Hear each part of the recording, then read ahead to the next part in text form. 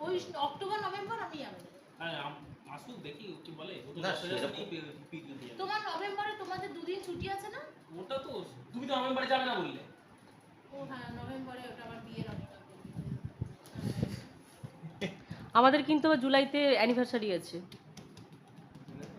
ওটা নেমন্তন্নটা পাঠিয়ে দিয়ে চলে আসবো মাংস। নিমন্ত্রণ তো অবশ্যই থাকবে। এবার প্ল্যানিং কি করবো সেটা এখনো মানে সিলেক্ট হয় না। কিছু সিলেক্ট করেছো দাদা? ওই ফ্রাইড রাইস চিলি চিকেন। বলছি ওই জীবনের ওই ভুলটা আবার সেই দিনটা করা। সেদিন কি করবে? কি আর করা যাবে, যা হচ্ছে। ভুলের রিয়েলাইজেশন তো এখনো পর্যন্ত করেই যাচ্ছে। আমি তো কিছু বলিনি তাই। আমার কোনো ভুল না, আমার কোনো আক্ষেপ এখনো অবধি নেই। কথাবার্তাগুলো এরকমই মানে কি এখন অবধি আমার কোনো আক্ষেপ নেই। এখনো অব্দি পৌর্ণমীর কাছে আছো এখনো অব্দি। আচ্ছা ফাইন।